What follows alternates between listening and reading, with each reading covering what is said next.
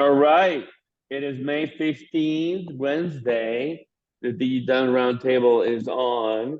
And today is all about enabling the future through real estate. Great guests on board. We're going to get a sense for what's happening, how many things are being built, and how crazy the value of land is going. But before we get started, we're going to ask our own John Sibley Butler for some music, our new Hall of Fame inductee into the Austin Technology Council. Oh, wow. At a time when the world seems to be spinning hopelessly out of control. They're deceivers and believers, and the only between us, there seems now no place to go. The same song is right and it's wrong, and living is just something that I do. Now my hands on the wheel, something that's free, and I feel like I'm going home.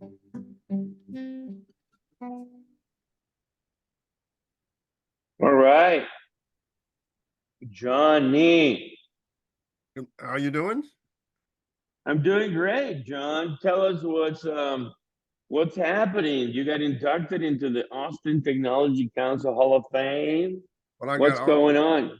Well, it's called the Austin City, Texas Hall of Fame, Technology Hall of Fame, for being one of the strategists to what Austin is today. And I could never have envisioned this, but back when we set out in, I guess, 1978 to plan Austin with George Kosmeski and Laura Kilcrease and Dave Gibson and Micah Dale was there, and to make Texas and Austin a technopolis where technology and science would create business enterprises. So I was involved in that, and then I was the director of IC Square for 13 or 14 years. I founded the Herb Kelleher Center at Macomb School of Business, and also the director of Texas Venture Labs after the great Rob Adams. So I was involved in the early production of companies. So when Laura Kilcrease and Kosmeski started it, and then we had the Austin Technology Incubator, just creating companies that created billions of dollars. And IC Square was the very, very center of things. So yeah, I go into this to the genesis, if you will, of the Hall of Fame with George Kosmeski, of course, who was deceased, Micah Dale of Dell Computers, Jim Tressard from Columbus, Texas, who founded National Instruments, and myself. And it's touching to look at an experiment like Austin, and where we put science and technology as the beginning source to create wealth, and to look at all of the wealth that's been created, to look at what Micah did, which was just absolutely fabulous, or Jim Tressard with National Instruments, absolutely fabulous. Or if you look at Jim, who did Thunderclouds, it's just been an interesting ride to see Austin go from a place where there are no opportunities, except for state government and the University of Texas. And State Farm was here early. And then I came. So it's been good. I'm happy to be a member, although I'm very surprised. Got it. Well, lots of stuff going on, and I'm looking forward to also to the CNBC Disruptive 50 that you guys do every year, and I have been talking to this gentleman that we're about to have in our show for a long time, and he actually is an interesting guy who just went blank. Mick, what happened to you? You are gone. I was about to introduce you. There you go. Where are you? You're outside. Decided to go Yeah, outside. I'm sorry. This just I'm in traveling right now, and they're at a small airport, and there's a jet right next to me that was making so much noise. I was like, I have to move away. So All right. forgive me. Well, But thanks carry for on. being with us. Mick, let me introduce you real quick. Mick Hawton is a partner and chief strategy officer at the HW companies, and he, Headwater is a company that is a full service real estate brokerage, commercial construction, and commercial investment firm. And they have their fingers on the pulse of what's happening in Texas. So I'm kind of looking forward to how we connect the dots and correlate what's going on in real estate and how that's driving or propelling the growth of Texas, passing in GDP New York and setting our sights to catch up with California. So, Mick, tell us a little bit about you and your company, and maybe some thoughts about what you see happening. What kind of projects are you working on? Anything you can share? Yeah. Well, thank you very much. And I just wanted to say thank you to John as well. That's the first podcast I've been on with the intro is live music. That was fantastic. So thank you for that, and congratulations on your induction uh into that Hall of Fame. It sounds like there's a lot of history. Love the human side of those stories too. Thank you So for the kind words, Mick. Thank you for the kind words. it's that's pretty amazing. So I feel like I'm in really awesome company. Actually, when But Andreas, not me. I mean, Andreas keeps the lights on. He did our electric. He did our smart grid. So yeah, without electricity, nothing can turn on. that's right. Point taken. Point taken. Well, uh, man, I would not be the first person to say that these are uh, exciting times. Not just in Austin, but all over Texas, frankly. Um, so before I get to that, really quickly, Headwater is a full service commercial real estate firm. Has three main focus areas. We're a development investment firm. We're a commercial construction firm, and we're a brokerage firm. And so we can also provide asset management and property management services. So we kind of cover the full gamut of commercial real estate development and services in our own shop. We are not a huge shop. We're local. We're owned here and operate. And I'm sorry, guys. Sorry about the noise. I'm gonna keep walking so I can No, find someplace a little we're quieter. good. We don't hear the We noise. don't You're hear the good. noise. Oh, You can good. Well, stay then I'll there. stay. I'll You stay. can Perfect. stay there. So we are we're capable of providing those full services across every commercial property that we may interact with. We have primarily focused on industrial, although we've done medical office and retail and some mixed use projects as well. And probably a combined total of about 50 years of combined experience between those three major services. So that's my 2-minute introduction on Headwater. And I'm always happy to talk about Headwater, but I don't feel like that's the focus of today for Yeah, this conversation. well, So Mick, it's so great to have you on because one of the big theoretical questions for us academicians and everybody is how will we live in the future? Can you imagine being yes, alive in the 1890s? Or can you imagine being alive in 1920? yeah, And even when we go back to the 1960s, it is so different. oh yeah, I, I was so excited when I got the email about you being on because I would like to know uh, when you look at the projections of what a house will look like. And I think this is the first time really in the history of where housing will really change dramatically in terms of a smart house. The latest yes, smart house we had was just a telephone where you can actually reach people. So as you plan for the future, and indeed, if you look at commercial real estate, the ups and downs, if you look at are people going to work at home, what does that should I invest in the home office that goes outside of the house? You know what I mean? right, By the way, I yeah, asked my good friend Joe Williams of Keller Williams. He's a great friend of mine. yeah, Way. yeah, These are questions that will pop up as we look at the future. So how do you see the average house of the future in terms of the technology, how it's going, smart houses, interacting with smart cities, and et cetera? Yeah, well, it's an interesting question only because I don't spend a lot of time in residential, but I do have some thoughts on it, for sure. And I think one of the things that is the interconnectedness between the residents and kind of the commercial workspace. I mean, prior to COVID, there was a pretty distinct line that we had drawn between the home and the workspace. And when COVID happened, those lines got blurry, and then we actually crossed over the line between what is a home space and what's a workspace or a commercial space, and how do those two interface with each other. And when COVID first hit, I was at a different firm at the time, and we had some of our staff. The big question was, if everybody has to go home today and work from home, how are we going to do that? Do people even have the technology capabilities to work remotely every day, to be able to do that? Now, I'm sure some industries were much more advanced and had the capability to do that pretty fast.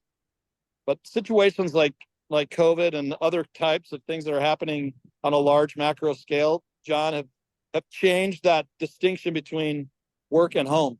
And so the kind of the idea of a smart home is, to me, and the advanced technology is the productivity question, because that's a question that people have. And can people be as productive working from home?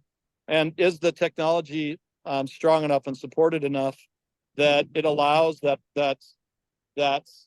productivity and that seamlessness that we're looking for to happen? I mean, I am walking around outside of an airport doing a live stream session of a podcast, and we're hundreds of miles away from each other.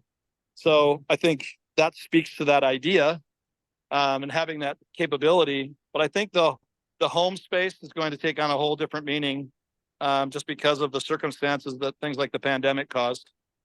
I don't know if that answered your question. Let me give you an idea that'll make you a billionaire. Yeah. I need somebody else in my class. I mean, somebody else to talk to. These are my thoughts. You know, because the pandemic hit, a professor at the University of Texas. Now, let's say I was working for IBM. And I think that what we're doing now is absolutely wonderful. Can you imagine with me a technology and a software that would allow me, while I'm at home, to walk down the hallway and interact with my colleagues? I always said, as a professor, I mean, Zoom was good, but I want a whole office. I want a whole studio at home. Right. I just don't want the computer.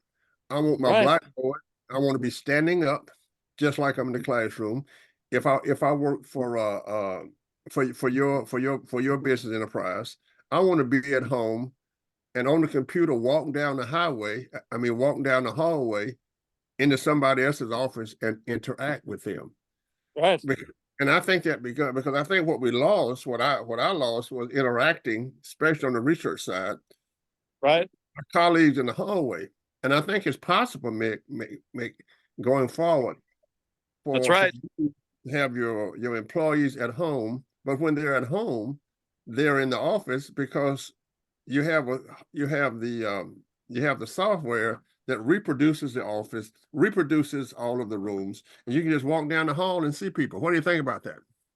Right. I love that idea. It made me think about the maybe some of the medical implications of that, and being able to interface with my medical professional remotely in that way, where I don't have to actually travel into an office, but we can actually interface with each other, and we can have medical appointments from that way. Or there's sensors that are able to, if I have multiple health issues, that they already have a lot of this technology anyway that can monitor my health remotely and track what's going on with me on live time. And I could see all sorts of different applications for that.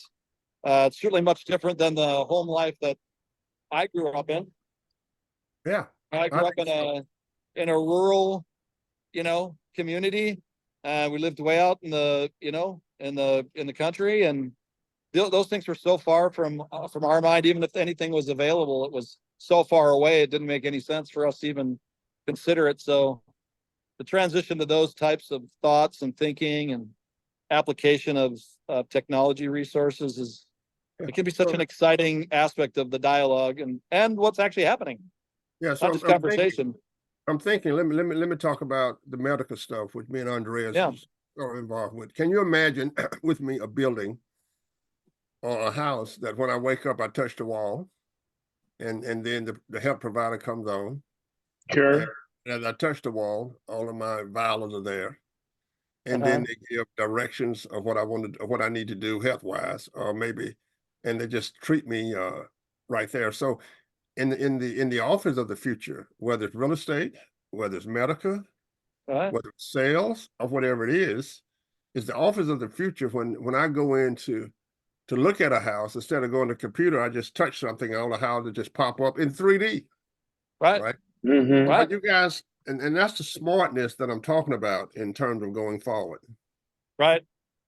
Yes, and I agree. I mean, I think it's a level of thinking that, look, I knew when we got on this, when Andreas invited me, I was like, I'll do my best. I said, I'm not a person who spends all my time in this space, but I spend enough of it to catch the vision of at least some of the possibilities and what those things could be. So I think there's a lot of excitement that's building. Yeah, well, sure. I think you're right in the middle of the future, because people always ask, will we fly around like bumblebees in the future? Will housing be important to us? Will we buy our own cars, or will we just lease our own cars when we need them? What will housing look like? When we go to work, what would it look like? And it evolved. It took us by surprise this time. But I think people are thinking about that, and if you look at all of the AI that can produce this, Andreas had mentioned that I'm on the CNBC, Disruptive Technologies. I have seen the mathematics that would take out the traditional mathematics for predictive for AI. It's called modal arithmetic. Okay. It's a group from Minnesota, and they would disrupt the entire predictive AI models with modal arithmetic. I think that, and then all of this is going to bleed into housing. It's going to bleed in how kids study. Even as a professor, I can remember when I hated to have laptops in the class, but now, you stand in front of the class, and I'm saying, okay, and in 1946, oh, what did Ford Motor Company sell for? Look it up, Jimmy. Look it up, Jimmy. So it becomes very, very interactive. But I think houses will be the same way in medicine, how we cook. And I think offices, the typical office will be the same way. And I think it's going to be a combination of work at home and work in the office. Even we saw with childcare, where people would put monitors for their children while they worked. And I think this is going to be much, much more dynamic. So remember, you're at the very, very center of everything. But remember this, you're quickly becoming a software company. Keep that in mind. Yes. Well, I've heard that conversation before amongst some other, real estate firms that are, much larger than ours, who really like to put themselves forward as technology companies now. They're no longer, necessarily real estate firms. They're technology firms. And I see that happening. I mean, it's certainly, the office space has taken a lot of abuse since COVID. I mean, there's an evolution that's happening there. How far, how deep that will go, I'm very curious to see how it plays out over the next several years, because there was a lot of dialogue that I heard about. There have been other times where kind of office has taken a back seat, where people, they've removed, a pretty big population from office, but it always went back to the office. And there's a certain a number of people that believe strongly that in time we'll all be back in the office again. I think that may be true, except I think there's some other things that are at play here, like some of the things that we're talking about right now, that may influence the way in which we do go back to the office. So to your point, John, it's not simply a return to office, meaning all of a sudden everybody's going to be back physically in the office the same way that they were. Right. It's going to be a different scenario, and we'll see how long. I mean, it's ability to last, right? And people's willingness to adopt some of these technologies that allow this kind of hybrid work home balance. So we're all, you're right, we're all kind of at the forefront of figuring this out, because Let me just say this. Let me say this, Mick, before Andreas. Let me get academic here. You know, the biggest technology that changed everything was the automobile. So if you go back to the concentric of the University of Chicago, where all of the offices were downtown, right? They were all downtown, and people lived downtown where they could work to the office, right? Well, when the automobile came with the biggest technology in the world, right? People started moving out of the cities, right? Especially after World War II. And then people started taking the companies to where the people were. And then all of a sudden, you were coming back, right, to the city, because we are social people, right? I also was raised in a rural neighborhood on the north side of the shore of New Orleans, a small town of 3,000 people, which is the best city in the world, right? But my point is that I think it's circular, but what's different now is there was no connect. I mean, the car was the greatest connectivity at all. But the big difference is I can do this right now. I could live on an island in Humashawan and run my company. That's right. And do extremely great things. So you got two things that's different. We always had the private airplane. We had the automobile. But let me tell you, this is different. Yes. Now, what we don't know, we don't have, we're social people, so we don't know the actual numbers.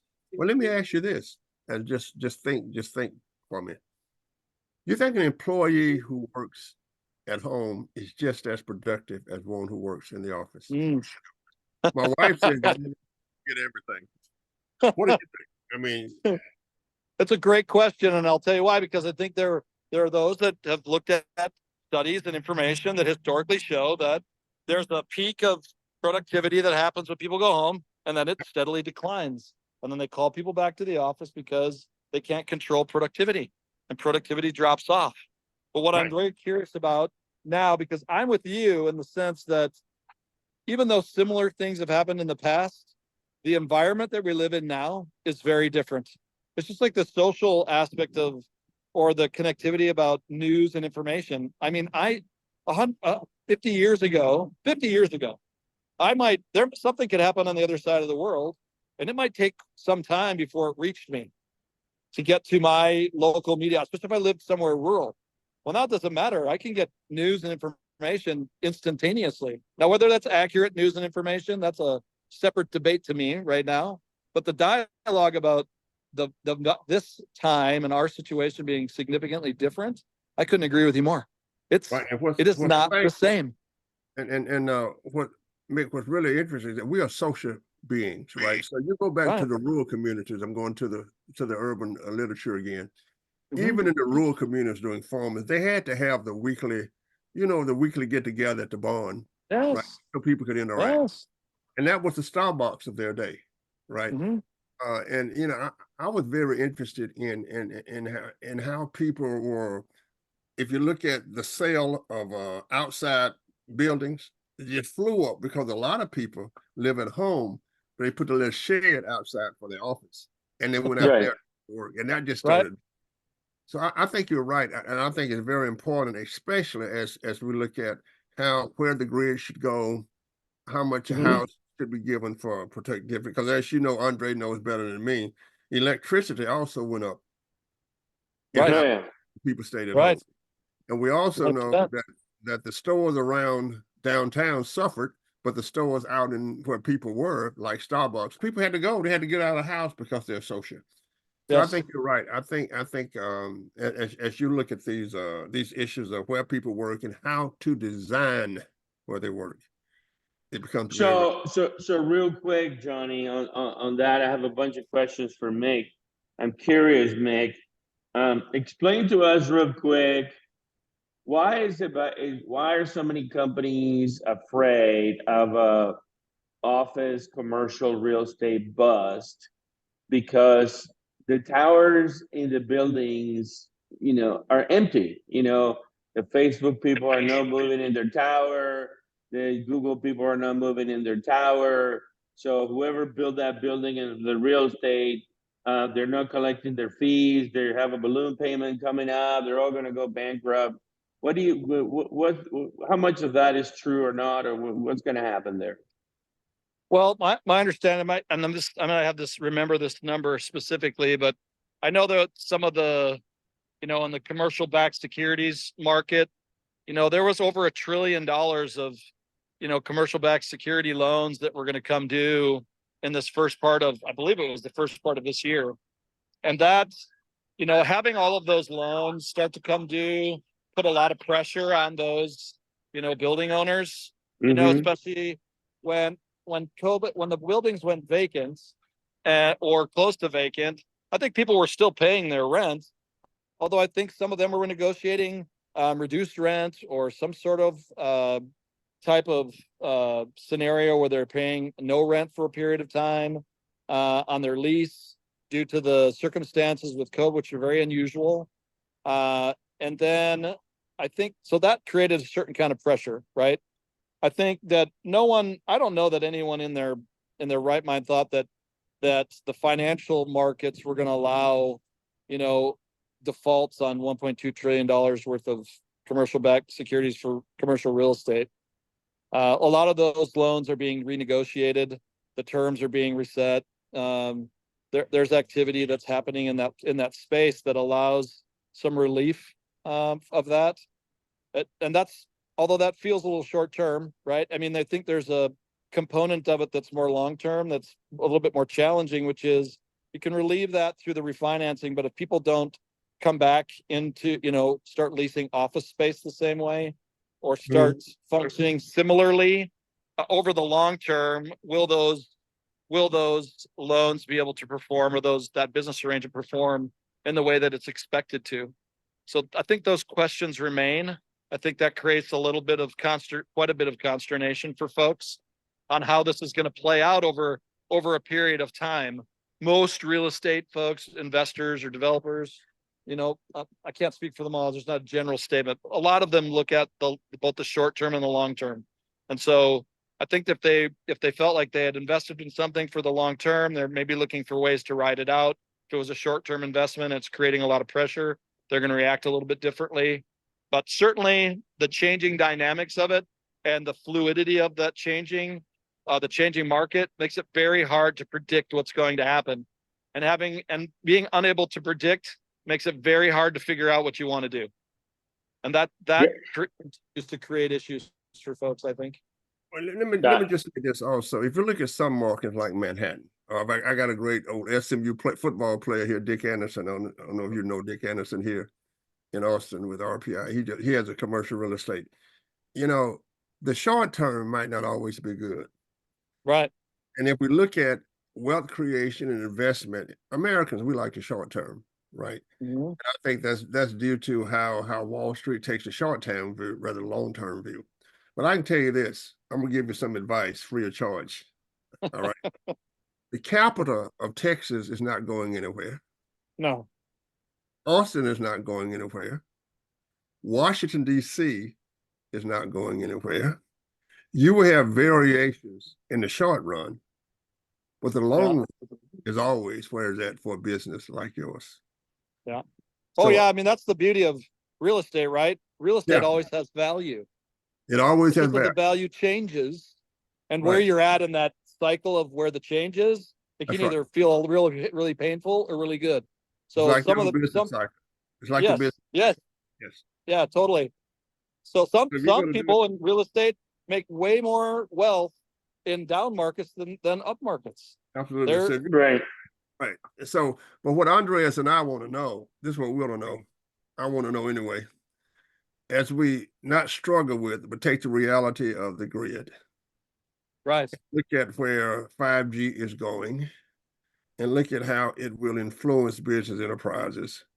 How do you see the interaction between the new companies of the future, where you buy real estate, right, and housing? For example, I could say this. maybe the office of the future for the next 4 years will always be 10 years from Austin, or 20 years, or 20 miles from Austin. Do we have to make Right. sure that the 5G is there? I mean, what's the new real estate? Where should we put the new electrical stuff as we go forward in the future? Oh man, I wish that, first of all, I wish I had that complete predictive lens. It would be, I would be in a whole different place. Well, I can I will, sell it to you. I don't have it, but I charge you for it. I don't know how good it'll be. yeah, I think there's, and I think you know this too, there's, and I've had a recent conversation with Andreas about something similar. And I'm going to lump like telecom and broadband and that ability, the connectivity component of it, into a little bit larger utility discussion, because ultimately there are places that the utility infrastructure is more built out. It doesn't mean that it has been upgraded to where it needs to be as far as like its overall capability. So the infrastructure might be old, but it's still built out. In Texas, there's still a lot of open land that doesn't necessarily have water and wastewater utilities and broadband services, or probably even three-phase power that allows for a certain kind of development to take place in those areas. And it is one of the places where if you can work together with the right folks, you can open those areas up, because they're still, I don't want to call them uncharted, that's not true, but they still have a lot of greenfield opportunity, because once those utilities start to come, water, wastewater, power, broadband, all those telecoms, those areas are not saturated. They're not full. There's still some competitiveness around land price. And so being able to understand and follow those, and I'm just lumping them all kind of together, John, right now, and Andreas, those utilities, that is a huge opportunity in a place like Texas. Because if you can do that and get your head wrapped around that, that's where the opportunity is going to lie. Is where are those going? You know, it's interesting. It's interesting, Mick, in the sense that let's talk about China and what they're doing, which of course they're underwritten by the government. You know, they would build entirely new smart cities. Just go build a city with all of the new technology and just expect people to move there. Now, we can't do that because and the government is not going to do that. And they're not going to build a city. But as you know better than me, what China is doing is all the things that we're talking about. They'll build a whole city. Nobody's there now, with all of the smart buildings, all of the smart transportation, and allow people to trickle in there and say, now this is a city of the future. Isn't that amazing? So there are cities in China now that's been built and nobody's there. Because the government is talking about the city of the future. And so my question is, I wonder what can we learn from that going forward? Because in America, because we have private enterprise and et cetera, but China, their capitalist society is, is underwritten by the government. Right. I wonder, is that a good thing for us to look at in the future? It's pretty wild. How would we do that? How do we get past a lot of we don't want to change when it comes to, Well, that was actually funny you brought that up, John, because that's actually a little bit of my thought about the technology component is the adoption component of, I think there's so much that's available that can be done right now that isn't necessarily being adopted. It's an interesting question. I don't know China better than you. I'm pretty sure of that. So I taught there. I taught at the University of Beijing, and I saw a lot of interesting, and I kind of traveled the country. It's just very interesting. It's different. Yeah. Well, I mean, I think are there lessons to be learned? I would always say yes, if we're willing to learn them. There's certainly got to be a willingness to learn. I think there's I think we see that they've done a lot of work that way from potentially the other direction of the spectrum. And they're not necessarily seeing, and you just said it, a lot of them are empty. Right. Doesn't really cause people to move into them. So is it an attractiveness just because it's there? Or do you build the attractiveness over a period of time because people are adopting and understanding and learning technology in a way that makes it more comfortable for them to do things? And I don't want to necessarily dive into this strictly, but I mean, there's got to be a component of how people feel about government and that involvement on that side, that you're in a smart city that has a lot of sensors and technology that people aren't necessarily may not be comfortable with. I don't know the answer to that, but I could see that. I agree. The only thing we've done, we followed Germany's role in when we did the interstate. Interstate took out a lot of enterprises and it started a lot of enterprises. The interstate took out a lot of towns and it started a lot of towns. Right. Right. And that was seen as a military moving military stuff in America. But certainly what we are now is that you have people in between living the old way and living the new way, and then people come around. Remember that my grandmother thought that the new way of cooking, right? Throw something in, turn it on with an atom bomb, and she would never, ever I know. have a microwave in her house. She said, Oh, anything yes. that cook that phase has got to be able to blow up on you, right? So it's That's pretty right. wild. That's right. So, So I mean, on this, on this That's the program, point. we really like to talk about your industry, and it's got to have electricity, and really, and Andreas would tell you that the 5G is the new interstate highway. Yeah. Yeah. Well, we had that conversation where I think that I don't think the industry's that far along necessarily. And I'm sure other people would argue that with me, but I think real estate as a whole industry is a little slower to adopt technology. A little, certainly similar to some other semi-reluctant industries to move into a whole new era of technology. We do see a lot more software. You see a lot more things that are available for real estate that they didn't have before. Analytics and the data inputs that change the way that people view real estate, whether you're an investor or an owner or a tenant in a building. A lot of data has been started to be collected that was not available before in the same way. It may have been available, but not as easily accessible. So people are just really starting to digest that. And what are the implications of it? And how are we going to use that information? Let's ask one other question and close it. How many companies that you know that are doing extremely well, that's doing the new model? No people going into the office. Oh, no people. No people going into the office. No buildings at all. I can think of, and I'd have to do a little bit of digging to remember the name, but I can think of one specifically where there's no one in the office at all. Right. So that's it. Just the one right now. Yeah. So let me chime in and try to put some color to our conversation, because I've been kind of really pondering for a long time what's really happening, Johnny. And I don't think people really understand the opportunity, but also the severity and the challenge. So you all know, perhaps, in those listening, how many people live in Texas?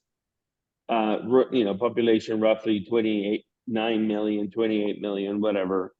And those people live in roughly some 12 million homes today. Now, ERCOT just announced late April their new strategic plan, and they're planning to add 40,000 megawatts of load by 2030. So what is 40,000 megawatts? Well, let me give you a concept. 40,000 megawatts is the equivalent of 9,000 homes. I'm sorry, 9 million homes. 9 million homes. So, Mick, if I were to tell you that we're going to have, it is 2023, 2024, I'm off with my timing and dates and everything. My ADD is showing. So it is 2024. So in 5.5 years, we're gonna build 8 million homes in Texas. If I told you that, will you believe me? My answer to that is based on what I understand about currently is happening in Texas as far as influx of people. Yes, I do believe it. Can we build 8 million homes in 5 years? Well, that's a different question to me. I think if you ask me if it's possible that the population levels would demand it, I think that's possible. Is it possible for us to build that many homes in that period of time? Boy, I, that's a tall order for sure. Well, so this is what's happening, right? I mean, Mhm. it's really, Texas is slated to add, according to ERCOT, which I would suggest is probably a very conservative number, 40,000 megawatts by 2030. Now, does that include all the flying vertiports, 10,000 of them, which is 5 gig, 10 gigs more? Does it include all the new manufacturing coming, which is another 10 gig more? Does it include all the electric vehicles, which is 2,200 gigawatts more? Does it include all the population that is moving from everywhere and all the new Formula Ones and whatever things you're going to be building by selling all that land? And it's just gigantic. It's gigantic. So my question to you, Mick, is the following. How has the real estate market in commercial and industrial changed over the last 10 years? What is going on that has changed? How more expensive is it versus how much cheap it used to be? What's happening in the market? Yeah. Well, I'll tell you this much. So let's look at the land first, because I think that's land is all the basis of real estate, right? Not the vertical side, but the horizontal piece of it. Yep. If you look at some other markets in the United States that have experienced significant growth, particularly in industrial space, like an Inland Empire or some other parts of Southern California that have experienced some of the largest industrial growth over the last, decade or so, their land prices have increased, uh, by, multiples, right? That land price has gone from, a few dollars a foot to, I heard some crazy numbers in the, $50 a foot range, just really crazy numbers, right? And then construction costs have gone up. Things had continued to increase significantly. In Texas, um, we've seen a rapid increase in land prices, but we're not at those levels like they are in California, right? Or in other places. We haven't quite reached those kinds of numbers in just raw numbers. We've experienced exponential growth. It's not the raw. So we might go from $1.75 a foot, or even 78 cents a square foot for land. Now there's places it's selling for $7, $8, $9, $10 a square foot. So we've seen the same kind of X number of growth. It's just not the same raw numbers. And so on the flip side of the land, so that's a piece of the land, right? Then there's the going vertical with the actual development. And the going vertical on development, that is driven by so many other things, right? So construction costs and any given developer's capability to build a structure, their relationship, so on and so forth. There's a lot of variables in there, but those costs have remained. They've come down a little. I don't say they've remained. They went up during COVID, just like all the other costs did. So while the land price was going up, so it's a relative feel here as it would be somewhere else, right? That went from $20 a square foot to $50 a square foot, to go from pennies on the dollar to $10 a square foot. That exponential growth is, you feel the same when construction costs go up. It's the same. What has been interesting, so there's a third component of that, right, which is the tenants. And what when you lease a building, what are tenants willing to pay?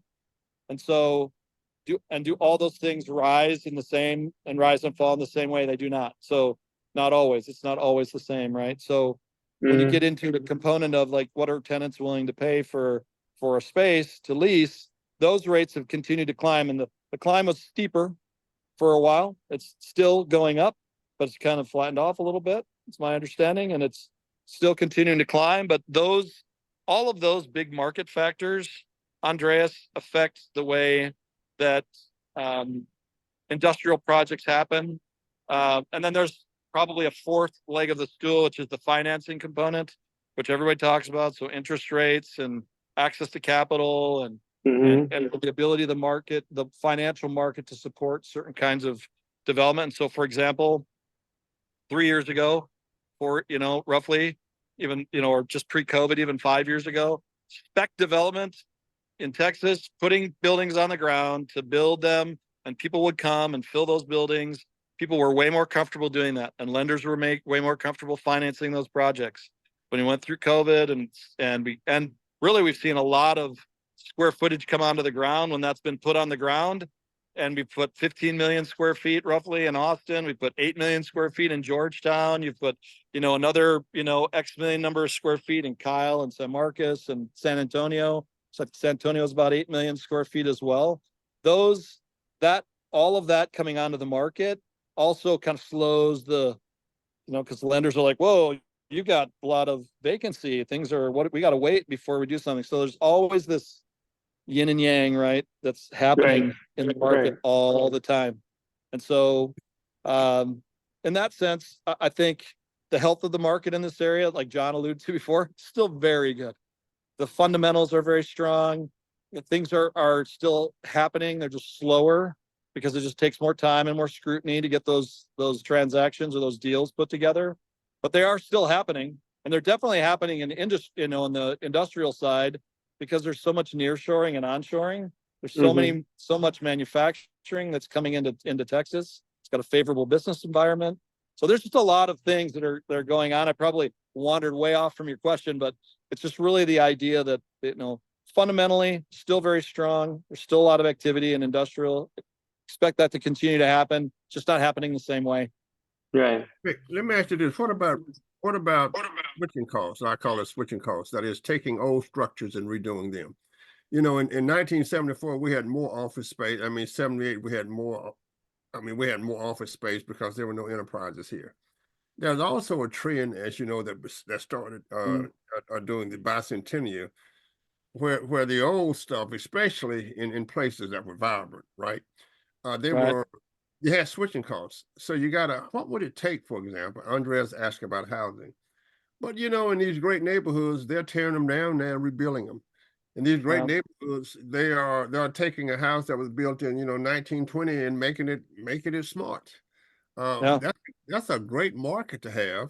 If you all of a sudden, if you have a housing shortage, and then you look at neighborhoods that have gone down, and then you just redo them. And like all of the great houses in West Austin that was built in the 1930s, right? Do you see a market for that, or do you do rebuilds or refurbish? How do you do that? Well, I think other smarter people than me have said there's a market for everything, John. It just depends on an organization's focus and an ability to be able to do that. So I think what we are there's probably not as many companies that have tooled themselves to do that type of work, right? It's pretty niche and specialized, and the way you set up all of your systems to be able to successfully execute a project like that are different than a new build, right? A new build, the systems for that and processes are very different than retrofitting or refurbishing existing structures.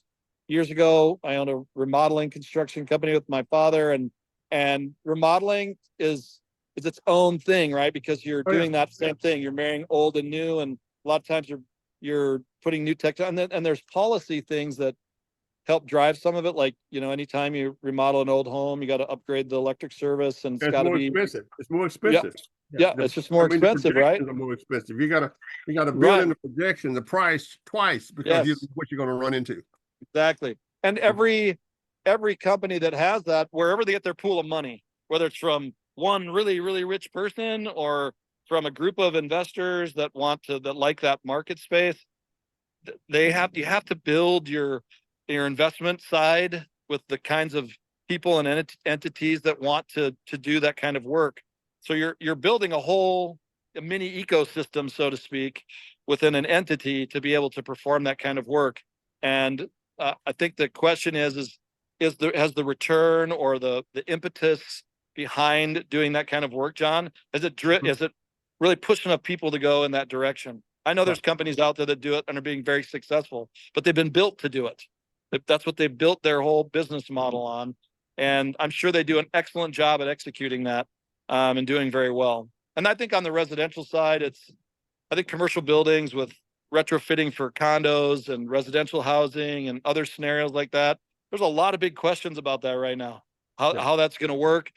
A mall, what do we do with all the malls that we used to go and shop at all the time, and now have these huge sprawling physical structures, with huge parking lots and that take up big pieces of real estate.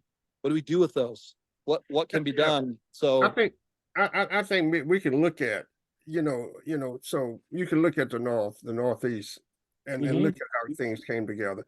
And as you know, you being from Minnesota, that you go to the Northeast, that, the cities are going to run together. We don't have a space problem in Texas. That is, I mean, we can build from now until that's we right. got miles, as a sleeper at the wheel says, we got miles and miles of Texas. So my question is, I know that Austin and San Marcos, when I got to Austin, it was a drive to San Antonio, but now it's like one city. It's like driving between Chicago and another city in Newark, right? Yeah. So do you see that trend in terms of how you build commercial estate, such that Austin might combine with Round Rock, which it already has, or might go out as far as Columbus? It could go out as far as Columbus. Yes. I mean, truthfully, it's probably hinged right around some transportation corridors, right? So, 35 really, I mean, I've had conversations with people lately where, Waco to Austin is starting to get some of the same dialogue as Austin to San Antonio.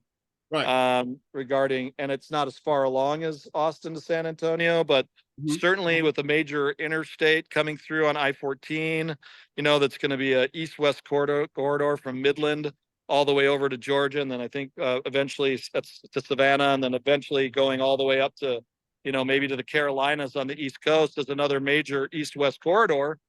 What does that create in a community like Temple that's right in between Waco and Austin, and how that market's being impacted? I can tell you there's significantly more activity going on in that area than it was going on 2 or 3 years ago, for sure. And so those intersections, 14 and 35, 130 and 35, though all those interchanges, that it's following that whole corridor. That's just funny. I'm actually in McAllen today, because we've been doing projects really from Temple. We've been looking at them all the way down to Brownsville. And I've got my own I'm trying to coin my own term. I know Andreas likes to do this, so I want to try it once myself. See if I can coin the term. I'm calling it the Fertile Crescent. And that's kind of a little stealing from an old idea, but really from I-14, Michigan College Station, all the way down through 35 and 130, all the way through San Antonio, and then curving all the way down to Brownsville. This is the Fertile Crescent in Texas, because all of the ports that come up through the valley and all of the goods and trade that's happening across the border, and then all of that feeding up through Laredo, up through 35, San Antonio, to Waco and Temple, and then curving over to College Station, which is right in the heart of the golden triangle of Dallas, Austin, San Antonio, and Houston. That crescent cuts right through the middle. So I'm coining my phrase for today, or my term today for that area, because I think that's another phase of this growth that's going to take place, that's going to encompass a lot more than just the major metropolitan areas. It's going to I think you're encompass right. a lot more of Texas. You know, we had something called the Research Triangle, and North Carolina stole it from us, so be careful. Yes. So we went with Good, Silicon. We went good. Silicon. I think what you're saying here is that as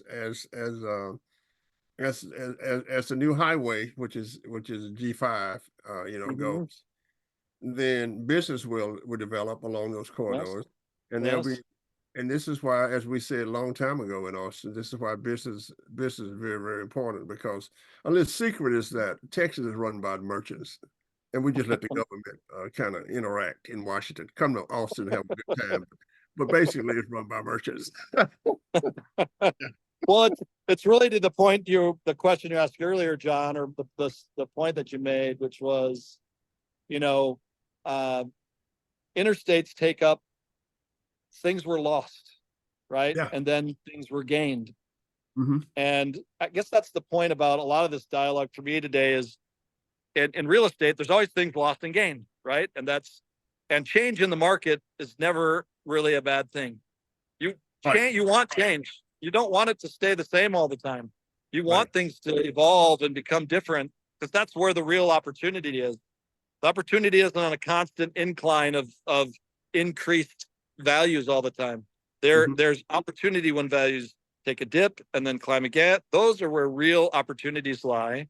It's the same with the technology component to me anyway, as it is in real estate, which is it's never going to be there's this constant increase in development of what it is, but the adoption goes like this, right? It's kind of taking these little dips and it climbs and dips and climbs. And that's in those changes is where the real opportunity lies.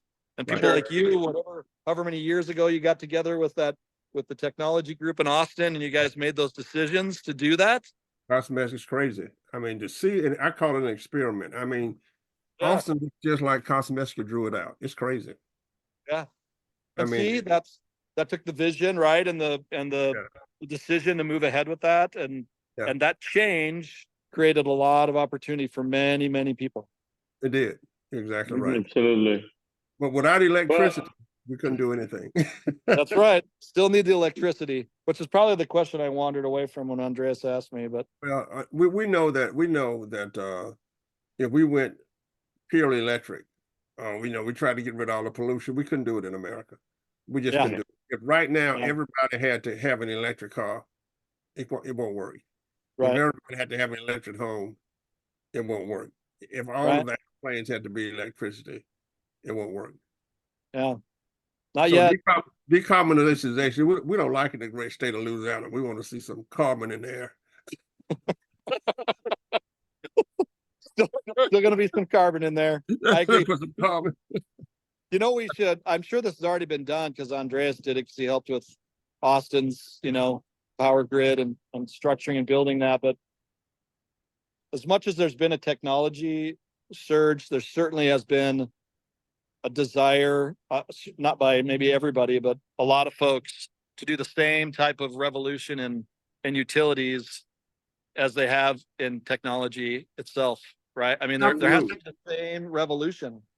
And remember that it was a revolution when the combustion engine was done, because we were getting rid of the waste from the horse. People don't Right. realize how Right. much waste there was in American streets when we had horses and buggies. Right. Yep. And so when cars came along, it was a revolution.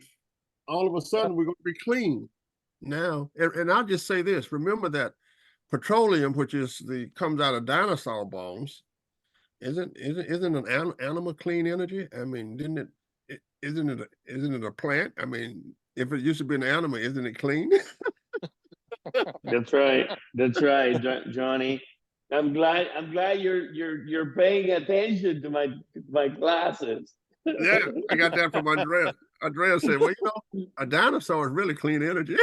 That's There right. is no, it's all solar storage Right. and fossilized wood for coal and dinosaurs for oil and gas. And there is no dirty When you come to energy. Austin, I would like to talk to you. I got a young son that's in real estate, and I talk all the time with the people with Joe, and it's pretty wild. He's reading books now on the millionaire real estate guy. So Yes. it's pretty Well, I'll wild. tell you, I would never put myself forward as being an absolute expert. I would put myself forward as a eager learner Yeah, that's and and someone who has a desire to be involved and understand the best I can what's me. going on. Yeah. No And experts. Yeah, only that's Tiger right. Woods, It just Jack Nicklaus. Tiger Woods and Jack Nicklaus are experts. That's it. Right.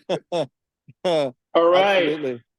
Mick, thank you for having the time with us today. We're Yes. gonna run. Thank you. Thank you for the insights. Yeah, go ponder where are those new 8 million homes gonna come up in the next 5 years. Amen. It's a lot. It's a good question. That was a good question. Johnny, take us away. Yes. If you get the feeling all alone, when your good time friends have all got up and gone, don't come knocking around my door, because I've heard your lies before. There ain't gonna be a next time this time.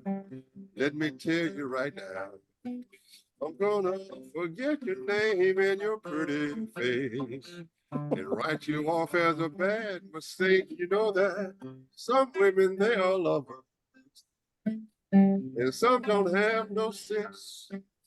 But a woman like you ought to be ashamed of the things that you do to me.